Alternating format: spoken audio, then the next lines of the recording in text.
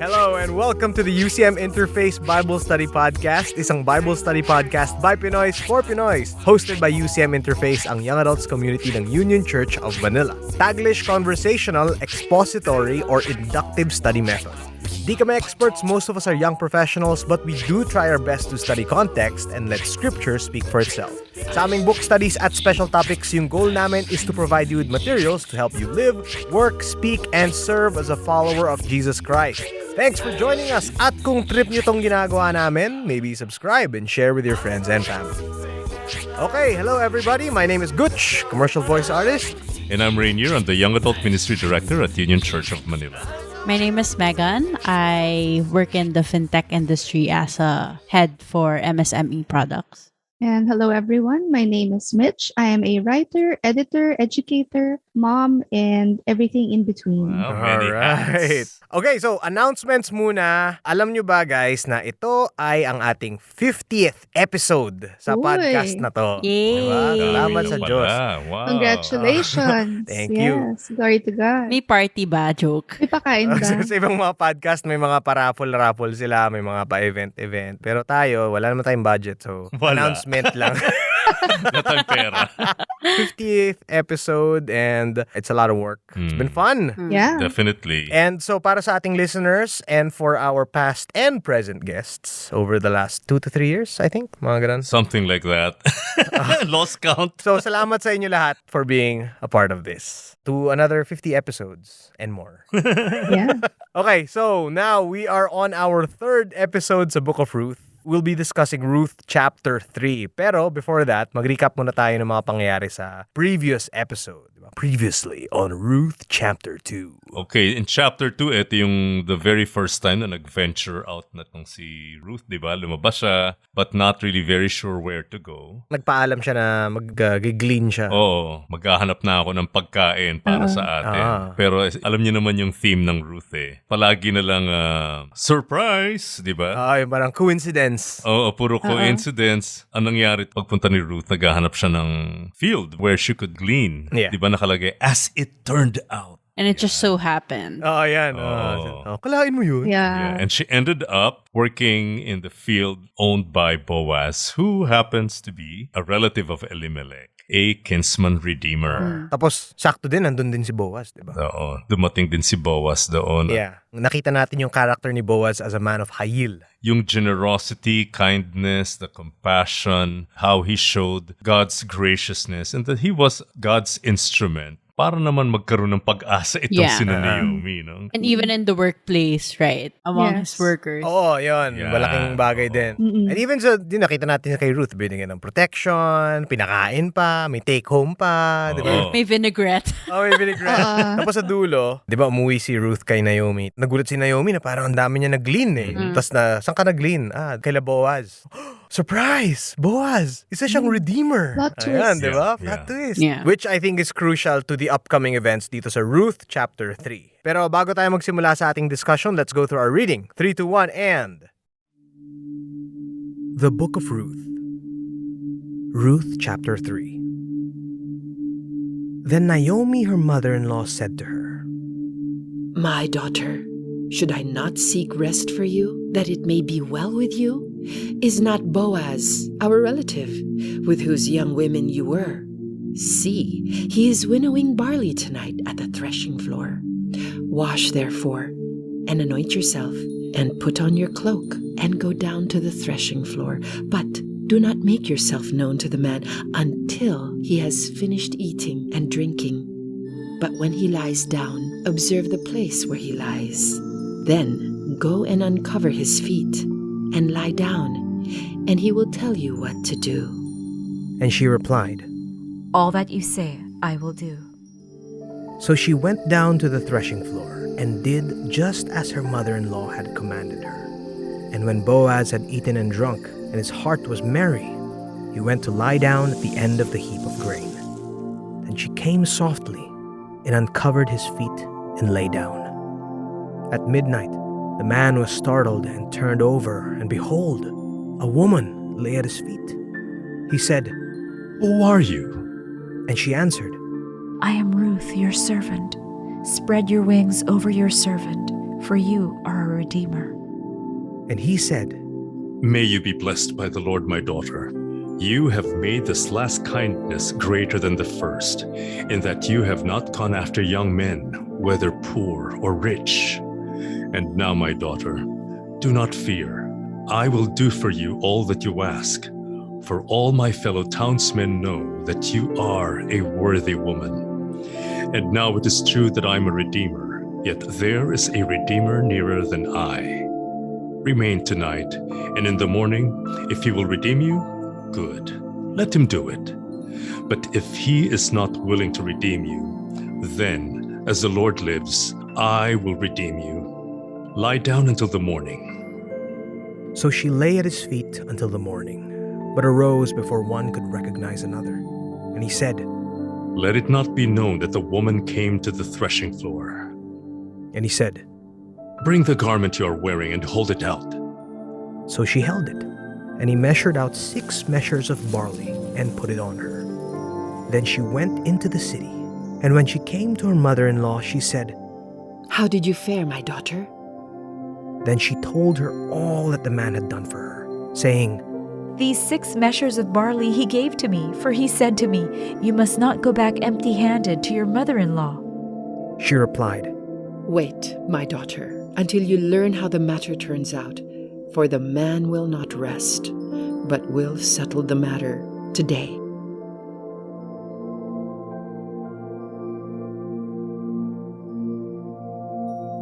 Okay, ano, game na tayo? Yes. Game. Yeah, game. We ended Ruth chapter 2 with Ruth gleaning in the fields of Boaz, right? And it gives us a sense of hope, and it also rightfully brings hope to Naomi as well. I mean, if we remember chapter 1, what did Naomi say when she came back to Bethlehem? Oh, hindi na ako blessed. Yeah, I'm bitter. I'm full of bitterness, right? And she felt empty. But now we see 2 chapters after. Maybe it's not so empty after all, right? And we see a change in Naomi's thinking, but also in the way that she interacts with Ruth. She says, My daughter, should I not seek rest for you that it may be well with you? So she looks outward now, right? The thing about bitterness, I think, is that it turns us inward. It's all about us. That's right. It's very narrow. Yeah. But when we get a glimpse of hope, we start to turn outwards and we start to serve others, right? So Right. now we see that Naomi is looking outward. She's looking at what Ruth needs. In this verse, we see that Naomi is saying that Ruth needs rest. Right, that's right. So rest yung sa translation mo. Yeah. What is it in yours? It says home. Same. Mine says permanent home. Wow. Permanent pa, hindi interesting. talaga. Oo. Hindi temporary. Yeah, wow. Pagkakabasa ko dito, di ba, yung rest na to, it's not the way that we understand rest na parang chill, ay, No. salamat, vacation, mga ganun. Yung rest meaning yung security and benefit found in marriage. Right. Yes. So Correct. it's a Yes. place of Yes. tranquility. A place of security. Oo, yun yung rest na sinasabi dito. It's refuge. Yeah. Alam mo to, ano to eh, may katumbas sa Tagalog eh. We have this expression, pag yung mag-aasawa na, yung malagay ka sa tahimik. I've heard it a long time ago. I haven't heard it in a while. It's a very similar expression, I would say. Yun, gusto ko nang mailagay sa tahimik. Yun sa mga radio drama.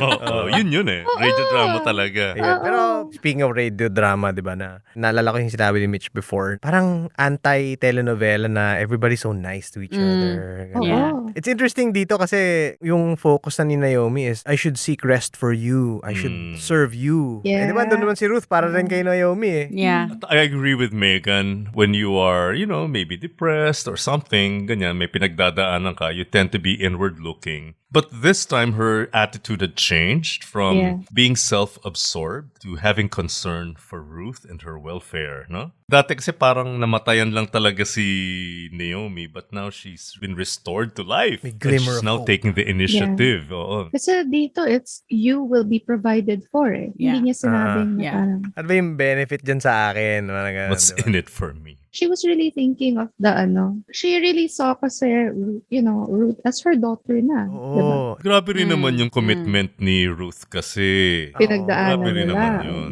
So, Naomi knew that Ruth needed rest, but Yes. where would they find that rest in Bethlehem? Remember, it's the time of the judges. Walang rest-rest niyan.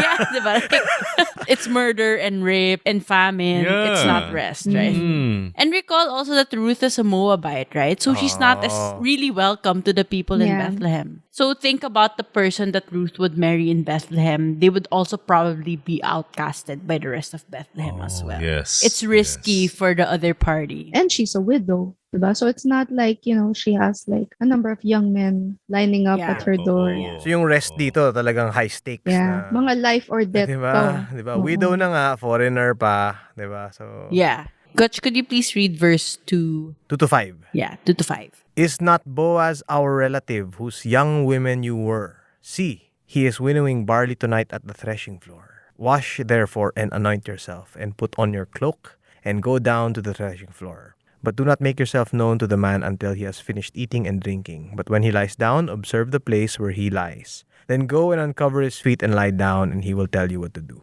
And she replied, all that you say, I will do. Okay, so who does Naomi think Ruth can find rest in? Boaz. Siyempre. Boaz. Wala nang iba. Oh, wala na. And so we see that Naomi is actually, as what Mitch mentioned earlier, she's already taking on the parental role for Ruth, right? In those days, the parents made marriage arrangements for their kids. Yeah. And Naomi sees an opportunity over this period of gleaning, which is around 7 weeks, give or take. So yeah, a little bit of context lang to those who aren't familiar. So threshing floor is actually where the harvest process ends. That's where they start to segregate the grain, right? And usually after the harvest, there's also a celebration or a feast. Siyempre naman. There's a party. Ito na yun. Tapos na talaga yung harvest season. So they celebrate na. Oh, ilang buwan din yun na pagtatrabaho, di ba? So ito na, party na tayo. Something interesting din dito is that si Boaz kasama sa winnowing ng barley.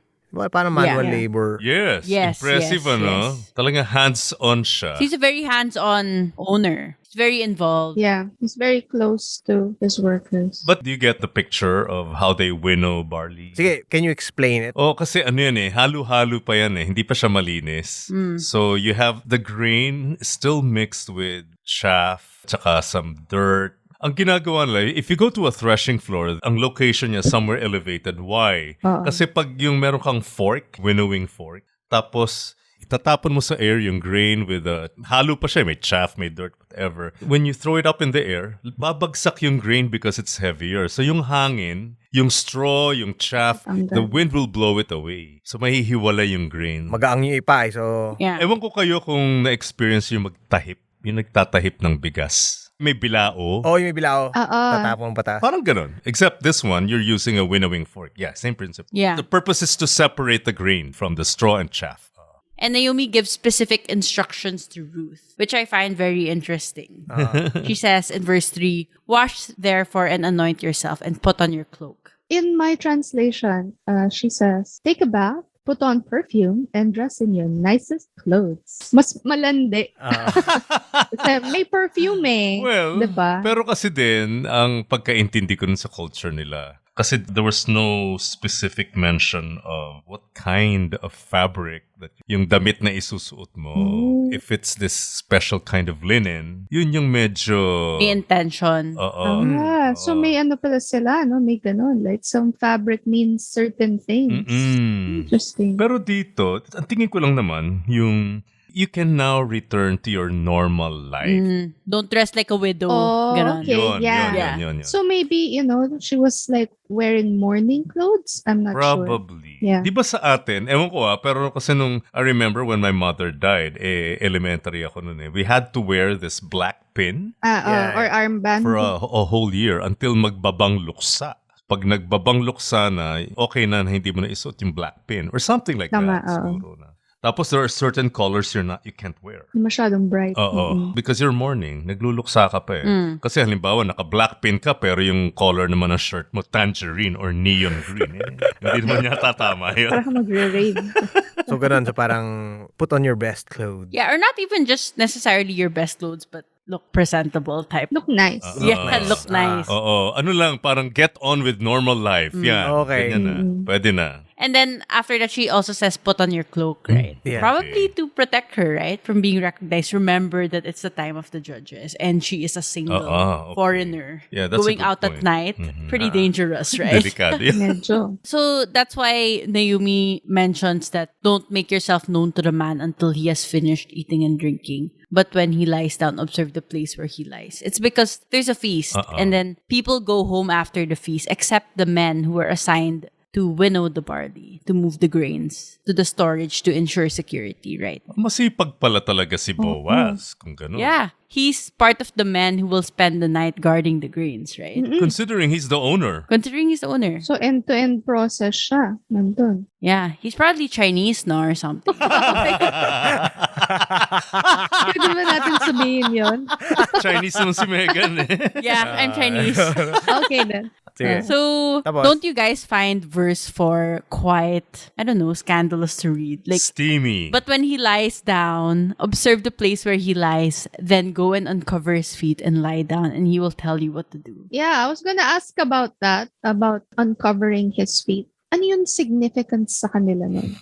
So actually, interestingly, the phrase uncover his feet is in Hebrew. It's pronounced maraglov, if I'm not mistaken. Maraglot. Yeah. And feet in Hebrew is actually, surprise, a euphemism for private parts. So if you read this, it's super scandalous really. Yeah Like in pala. Scandalous. Naku, ano pala to? Rated R, Rated right? R ang ating episode na to. Kung ganun, oh. But I also read that itong pinagagawa ni Naomi kay Ruth could be a customary means of requesting marriage. Ah. Marriage proposal, pero yung babae ang nag-propose. Oo. But it's in the context of levirate marriage. Yeah.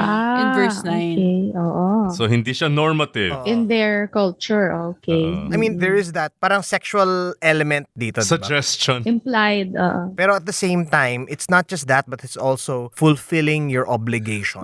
Kasi kung levirate marriage siya, may parang duty involved. Yeah. Yun. Yeah. That's a very good Yeah. point. So hindi lang siya yung the way that we look at marriage ngayon na very romantic. Yes. Dito, hindi lang ganun siya. It's yeah. It's a responsibility. there's some sort of duty, there's a responsibility that's happening here. And it's not just to Ruth, but also to the husband of Ruth. Yeah. Parang ganun. So ang sinasabi mo, Gutch, ang motivation dito is, kasi nga, levirate marriage, para sa pamilya ito. Oo. This is for Elimelech, this is for Mahlon, this is for Kilion. May Yes. obligasyon sila eh. As the kinsman redeemer. Perform your duty as redeemer. Hindi lang siya yung parang, lovey-dovey, mga ganun. Oo. Hindi na naman romantic. Wala talaga. Sorry, hindi mahanap yung find yourself a Boaz, di ba? Wala. Hindi pala, okay.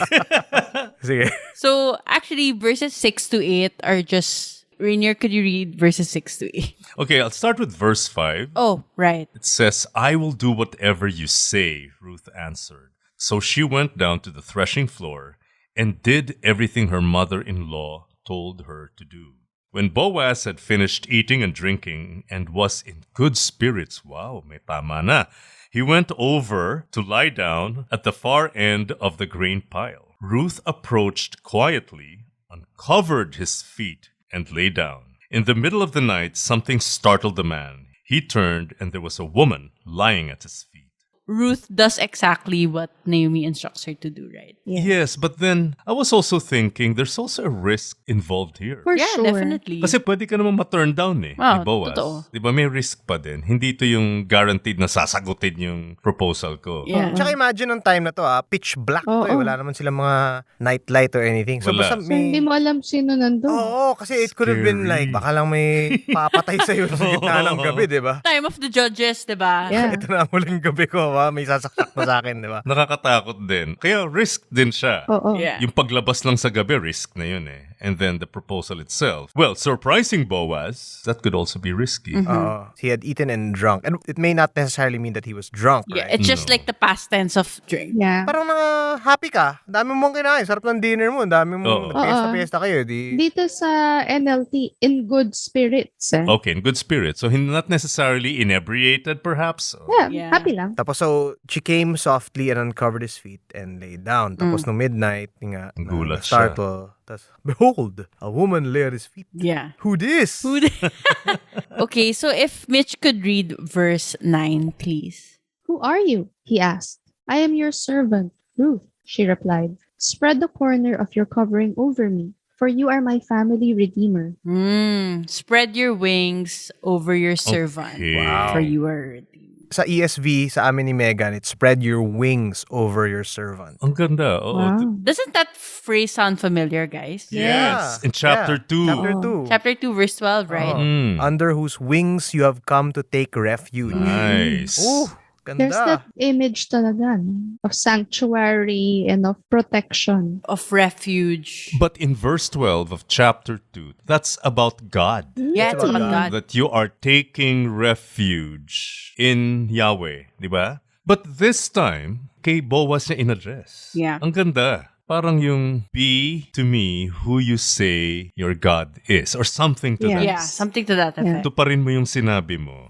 If this is the God that you believe in, sige nga, fulfill that. Basically reflect the image who you worship. Exactly. Wow. Image bearers. Yung theme na yun. Oo, reflector ka. Oo. Which I think is something that we discussed last episode din. Yung we can see what's happening in a community na, or at least in characters who are fulfilling their role as image bearers. That's correct. That's right. May napansin lang ako dito because when Ruth introduced herself, she said, I am your servant. Siyempre, in English, servant. Yeah, Akala lang natin sa servant is, you know, perhaps like a slave. Hindi eh. Ang ginamit pala niya dito na word in Hebrew is different from the kind of servant na parang laborer or possession. Because that would be a different Hebrew word, that is sipa. But the word that she used here is ama, which suggests that she is one of those women who parang describes or connotes that I'm a woman and ready to get married. Something like Interesting. that. It has that nuance. So nagets agad ni, dun pa lang nagets na ni Boaz. Yeah. Her intention for being there. I just wanted to add that in those times, marriage contracts actually talk about the men covering their wives with the wings of their garments. Wow. So okay. Boaz already knew that this was a marriage proposal. Tsaka, I mean, lumabas na nga yung for you are a redeemer. Talking about elaborate marriage, the kinsman redeemer. Yes. So as Gutch mentioned earlier, we see that marriage isn't just between the both of them, but it also helps like preserve the line of Elimelech and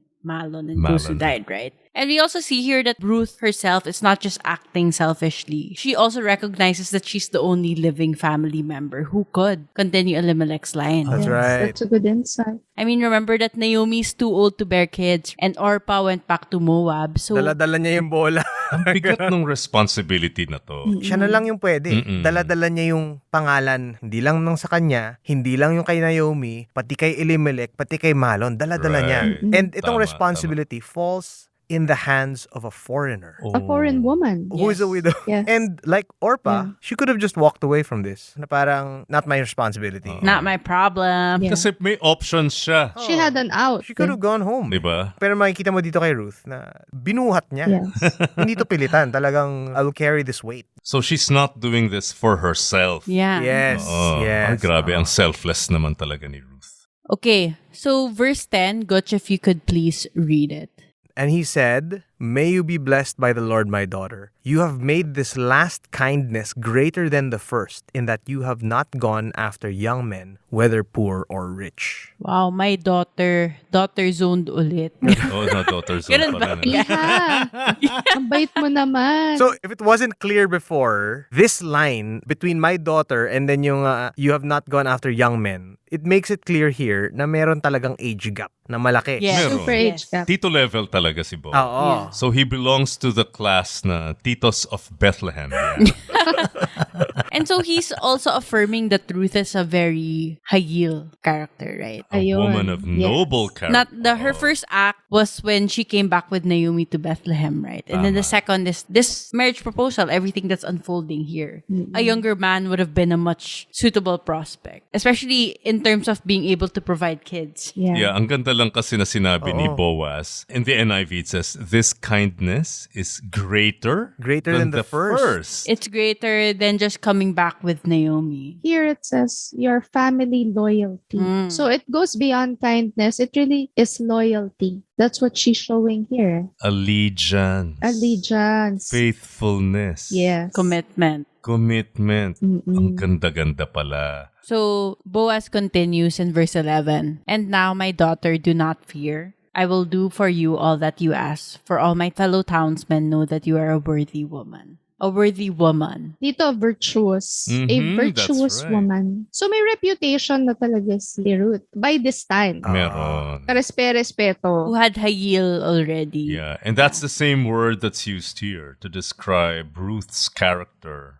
She's a woman of hayil. Yes, hayil. So Ruth, a Moabite, is now being praised among the people of Bethlehem. Yeah. Because she's not serving her own self-interest. She's serving her mother-in-law. She works hard. She's committed. And in verse 12, I'll just continue. This is Boaz still speaking to Ruth. And now it is true that I am a redeemer, yet there is a redeemer nearer than I. And verse 13, remain tonight, and in the morning, if he will redeem you, good, let him do it. But if he is not willing to redeem you, then as the Lord lives, I will redeem you. Lie down until the morning. So he's not the nearest redeemer pala. Oho. Okay. So ina-acknowledge ni Boaz na meron palang parang hierarchical structure within the clan. Yeah. Na dapat ito munang mauuna kaysa sa akin. Okay. Pero he's very conscious about, okay, this is my obligation, but the law also says, ano yan, this is not legalism, pero yung faithfulness lang niya sa law. Yeah. Yes. God's law. So basically, ayaw lang niya mag-shortcut. Parang hindi siya mag-shortcut. And also, I guess, ayaw niyang may matapakan, diba? Na parang, Being considerate also. yeah. My question, though, is, like, at this time, knowing that, there was someone who was closer, bakit hindi nila nilapitan sina Ruth and Naomi, or... Yun nga, we can only guess why. Pero I think may clue dito eh. May clue dito sa story nila kung bakit. Kasi itong kinsman-redeemer na role, hindi to volunteer. Hindi to voluntary. Yeah, it's an obligation. It's a responsibility. It's commanded. It's a duty. Yes. Diba? Yung wording dun sa Deuteronomy is to perform the duty Okay. of kinsman-redeemer. It's not optional. Pero Yes. since yung closest was not doing it, Curious, diba? He hadn't contacted them in some way, or was he not aware? or didn't care. Oo nga naman, Maybe he wasn't willing or something. Or was he iffy because she was a Moabite? At saka, naku naman, magastos naman yun, Kung meron ka ng pamilyang pinapakain, kukuha ka pa ng papakainin mong, di ba? Magdadagdag ka pa ng responsibility. E di iwasan mo na lang. Pretend that you don't know anything about it. Hindi ka aware. Feign ignorance. Dito pala kayo? And I think it's also, considering that's the time of the judges, guys. That's Like, I right. don't think there were a lot of people who were very... Kept their word. Yeah, or even cared, honestly. Or even respected the law and followed it, as Boaz was doing. That's right. The commitment to the law. And then makita mo pa si Boaz dito na the usual thing is to not care about the law. And then si Boaz dito is, even dito, ayaw pa niya mag-shortcut. Pinili niya yung hassle. Totoo, kasi okay na naman siguro yung buhay ni Boaz without Ruth. Okay na yung buhay niya. Bakit ka pa kukuha ng baton parang ipupukpuk mo sa ulo? Parang ganun yung dating, di ba? Tsaka, matanda na siya. Baka pa-retire na siya. Oh, isa pa yun. Like, he's not even under any type of legal obligation to help Ruth out. He's not the closest. That's right. So, he doesn't have to do it. It's not required by law. And yet, he does. Consistent. Kasi maski nga yung gleaning laws, remember? Yung application ng gleaning law, sabi niya dun sa workers, sadyain nyo na, ilaglag nyo na yung mga stocks. Di ba yung ganon? Hindi na yun, wala na yun sa law. So above and beyond, din talaga Yes. yung character ni Boaz above and beyond. Yeah, because what the law simply states is like the minimum requirement. O bahala ka na how you're going to show your generosity. It seems like he understands the heart of the law. Yan. Exactly. So that he's able to go above and beyond it, right? Yes. So in verse 14, So she lay at his feet until the morning, but arose before one could recognize another. And he said, let it not be known that the woman came to the threshing floor. Sino ba kausap niya dito? Yung mga tauhan niya? Hindi clear sa... Hindi clear Hindi kasi clear eh. Oo, it just says here, he had said, no one must know. it could also be talking to her. He could just have said it. Yeah, out loud. No one should know. Kasi kung may makalaman, ay chichismis Yes, to, di ba? oo. May babaeng pumunta nung sa gitna ng gabi. Siyempre, kung machismis na may babaeng pumunta sa gitna ng gabi, isipin nila? Right, Even if her right. intention was honorable, alam mo na, mga tao nagsasalita. Oo, di ba? And kahit walang nangyari, di yung i-assume ng mga tao. Yep. So ang ginagawa ni Boaz dito, it's also to protect the reputation of Ruth. That's Yes. right. Well, his own reputation also, but then also of Ruth. Yes. Yes. And as a side note lang din, kasi may mga nagbabasa ng kwento na to, and at this point, sinasabi nila na may nangyari. Oh, Parang really? ganun. Ini-insert nila. Kasi usually, pag nanood ka ng Netflix, pag nanood ka ng mga more contemporary material, usually, that's where scenes like these go. Yeah. Parang yan yung fade. Scene, tapos fade the next day. Oh, yun, di ba? Tapos may music na maganda, fade. So, ibig mong sabihin, yung iba, the way they see this, may nangyaring like sexual contact? Oo. Some people put that reading and I think Wala. it's...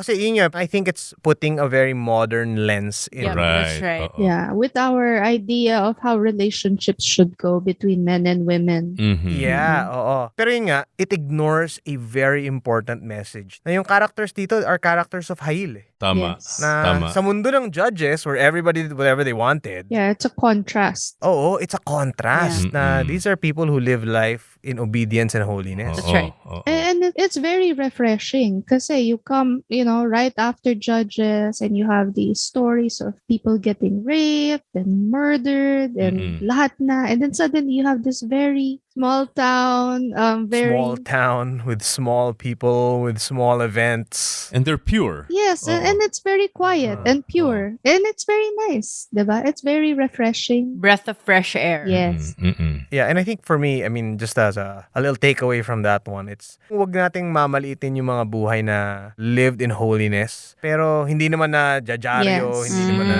Mm. nagva-viral.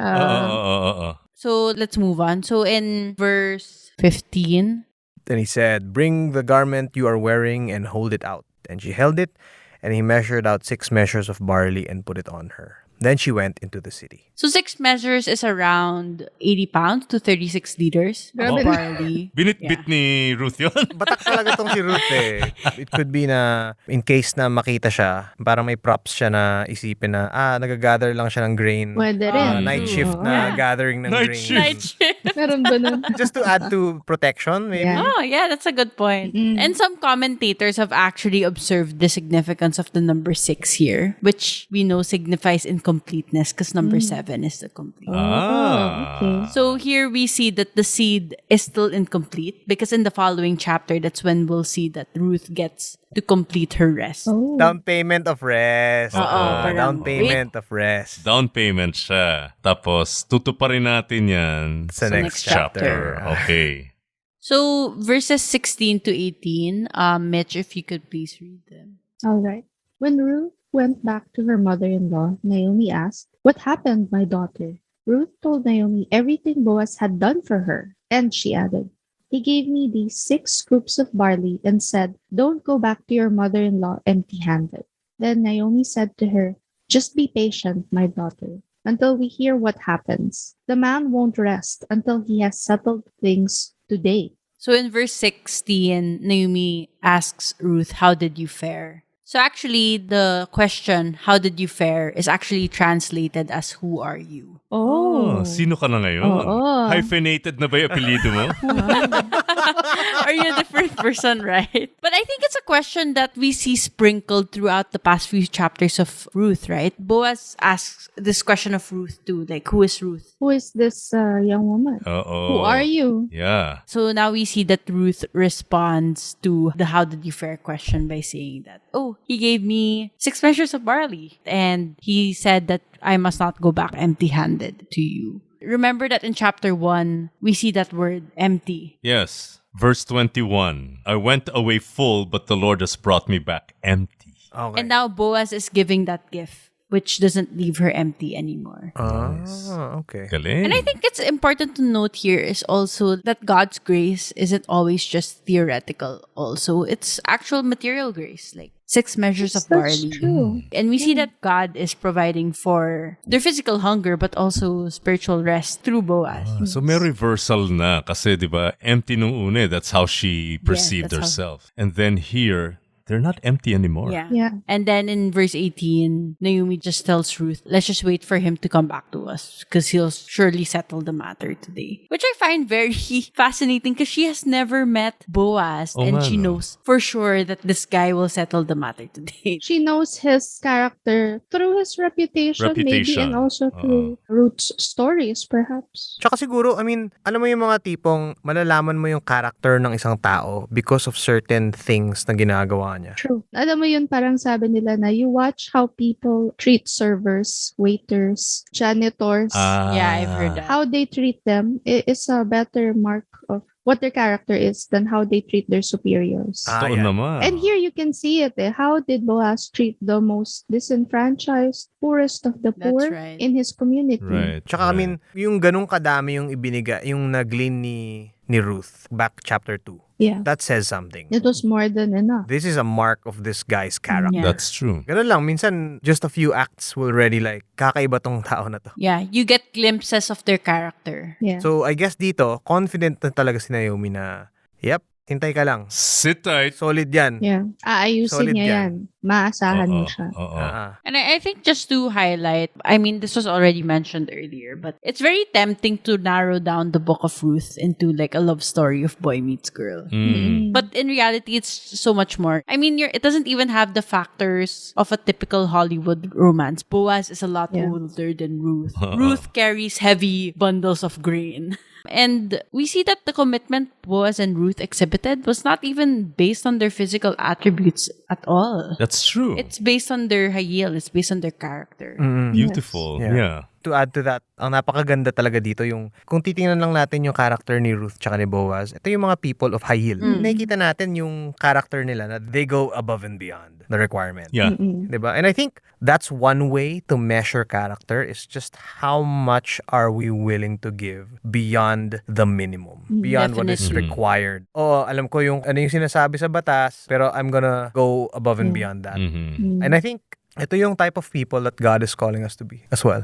This is the type of people that God is calling us to be. And this is, I suppose, type of marriage that God is calling us to. That's right. Right. Diba? And Yeah. the insight for me as a married person here is, yung idea kasi natin of marriage is very intimate, very sexual, very personal. Mm-mm. But here, it's marriage as a communal act. Mm. It's marriage as being part of this community, being part of this family, and essentially honoring your commitments to God and to your family. It involves other people. The welfare of other people, in fact. Yes, the welfare and protection of other people. Yeah. Mm. That romantic, kilig aspect is not saying na wala siya doon. I mean, meron siguro in some marriages, pero hindi yun yung foremost niya. That's not the foundation for a marriage. That's right. And that's, I think, what God is trying to remind us of here. Kasi ibang-iba na ang definition of marriage na yun. Yeah. The way that marriage is treated now, it's very treated very casually. And it's very, yun nga, emotions nga, di ba? Yung sinasabi nga na,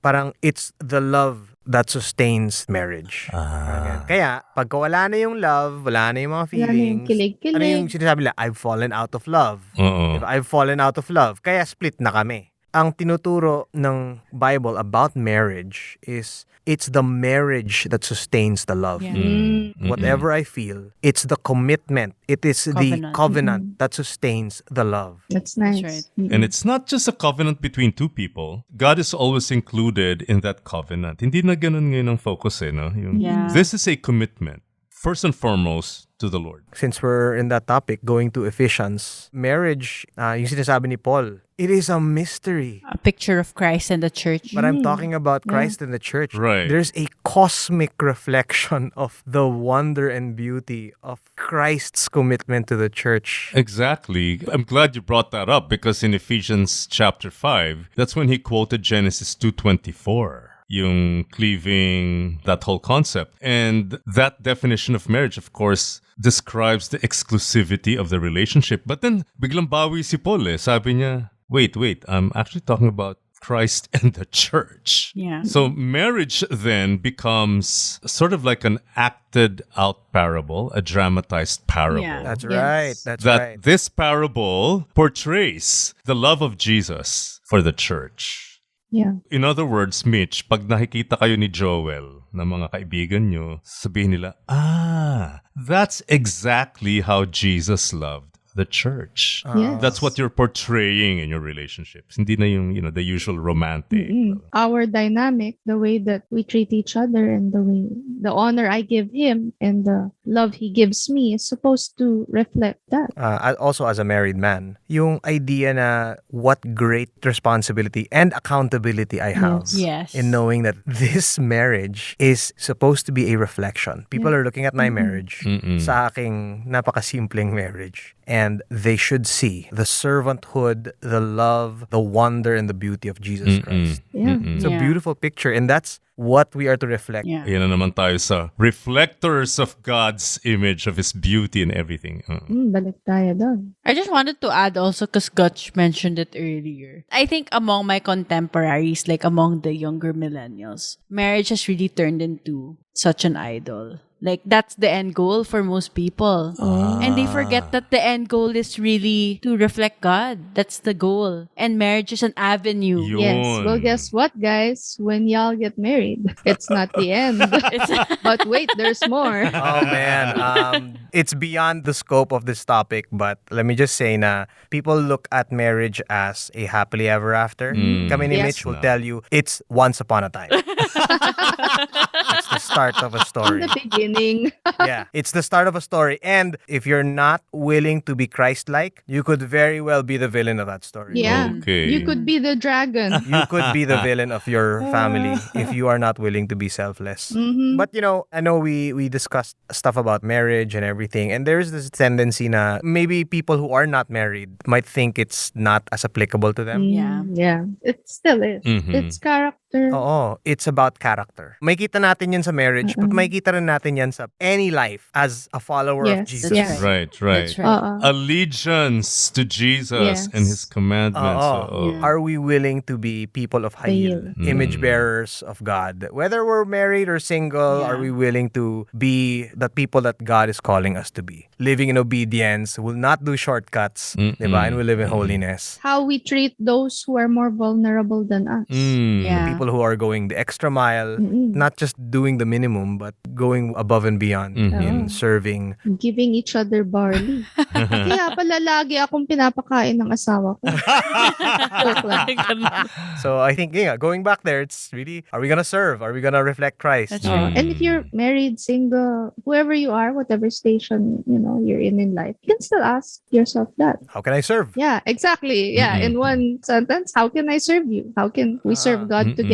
Beautiful. Whatever season we are in life, when we are following Jesus, that means that we are going to reflect His character. That's our why. That's our purpose. Yeah. So, doon nagtatapos ang Ruth chapter 3. We do hope to see you guys in the next few weeks para sa ating last episode, both for Ruth and for the year 2021, which has been a very strange and interesting year. No? Oh, yes. Okay, so thanks and God bless. God bless. Bye. God bless. Thank you.